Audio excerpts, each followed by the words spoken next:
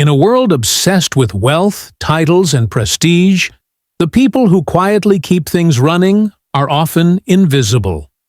The old man mopping the marble floors in the corporate tower was no exception. Employees smirked as they passed him, whispering jokes about his worn shoes and bent posture. He was just the cleaner. What no one knew was that hidden behind those weary eyes was a mind sharper than the executives upstairs.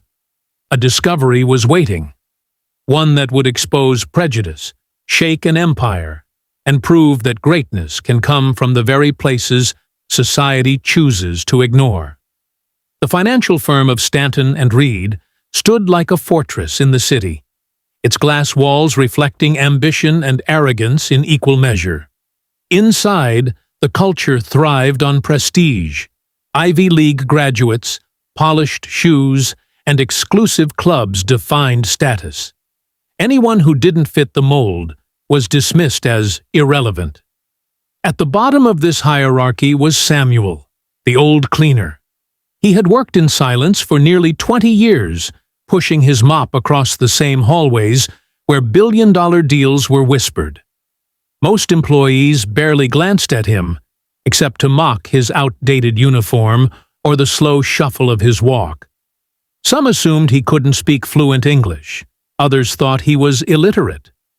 But Samuel was far from ordinary. Long before he picked up a mop, he had been a mathematician in his home country, stripped of opportunities after systemic discrimination forced him out. He had buried his dreams beneath survival, taking whatever job he could to support his family. The world had taught him to hide his brilliance, yet every night, as the office emptied, Samuel lingered. He read discarded financial reports from trash bins, pieced together data left on whiteboards, and filled old notebooks with calculations. Patterns jumped out at him that no one else saw. Numbers spoke to him, telling stories of hidden risks and overlooked opportunities. The firm that laughed at him was unknowingly sitting on a flaw, one that could either collapse them or become the key to unimaginable wealth. Samuel saw it clearly. The question was, would anyone ever listen to a janitor whose presence was barely tolerated?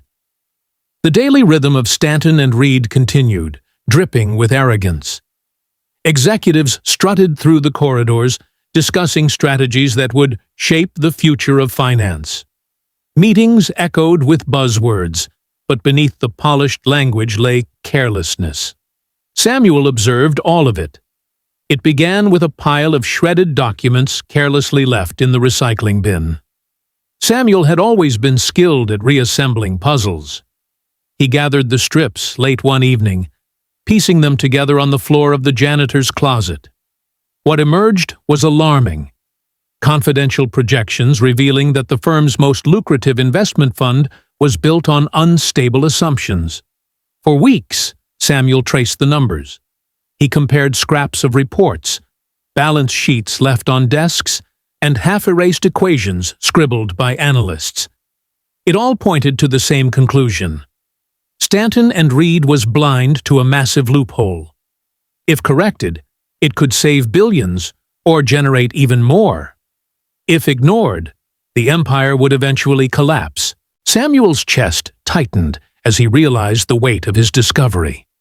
He wanted to warn someone, but the memory of years of mockery and racial slurs restrained him. Employees had often whispered insults when they thought he didn't understand. Old fool. Uneducated immigrant. Lucky he can hold a mop. Speaking up could mean humiliation, or worse, losing the only job he had. Still, the truth gnawed at him. The firm's arrogance wasn't just ignorance, it was systemic prejudice. They trusted polished faces in tailored suits, but dismissed the man in work boots. Samuel knew that by remaining silent, he was complicit in letting the cycle continue. The turning point came one winter morning. Samuel overheard a high-level discussion about an upcoming merger. The executives were celebrating projections that Samuel knew were disastrously wrong. If the deal went through as planned, thousands of employees would lose jobs, and billions would vanish into thin air. Samuel could no longer contain himself. He began drafting a report, handwritten on lined paper, detailing his findings. Numbers, equations, and probabilities filled the pages. It wasn't presented in corporate polish, but it was undeniable. For nights, he rehearsed how he might hand it over. He imagined the laughter, the dismissal, the cruelty he had endured countless times. But he also imagined something else, the possibility of breaking through. The day came when opportunity collided with courage. A senior partner dropped a file in the lobby. As Samuel bent to pick it up, he slipped his report into the folder. He walked away trembling, unsure if he had just sealed his fate or changed everything. The firm erupted days later. Emergency meetings were called. Rumors spread that someone had uncovered a flaw so massive it threatened to unravel a $500 million venture. Executives scrambled, demanding to know which analyst had spotted it. No one confessed. When the senior partner presented the handwritten report, laughter rippled across the boardroom, but the numbers silenced them. As they checked, rechecked, and verified, realization dawned. The anonymous author was correct. They weren't staring at amateur guesses. This was brilliance. Eventually, the truth emerged. It was Samuel, the cleaner, the man they mocked daily. For a long moment, silence weighed heavier than any insult he had endured. Eyes widened, some in disbelief, others in shame. The partner who had dismissed him countless times now found himself struggling for words. Executives wanted to know how he did it.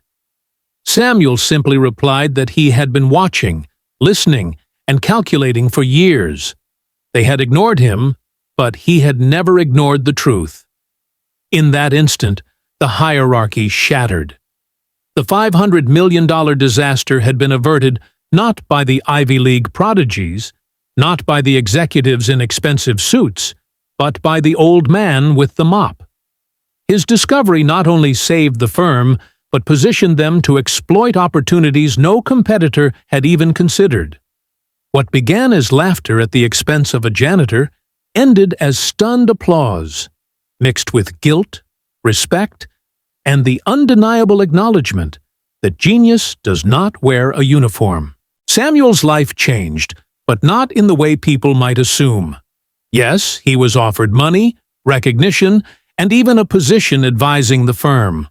But for Samuel, the victory was not about wealth. It was about dignity. For decades, he had been erased by prejudice, seen as invisible because of his age, race, and job title. In one moment, he proved that worth is not determined by status, but by substance. His story spread quietly at first, whispered in hallways, then shared across the industry. It became a cautionary tale. Arrogance blinds, but humility reveals. The employees who once mocked him now avoided his gaze, ashamed.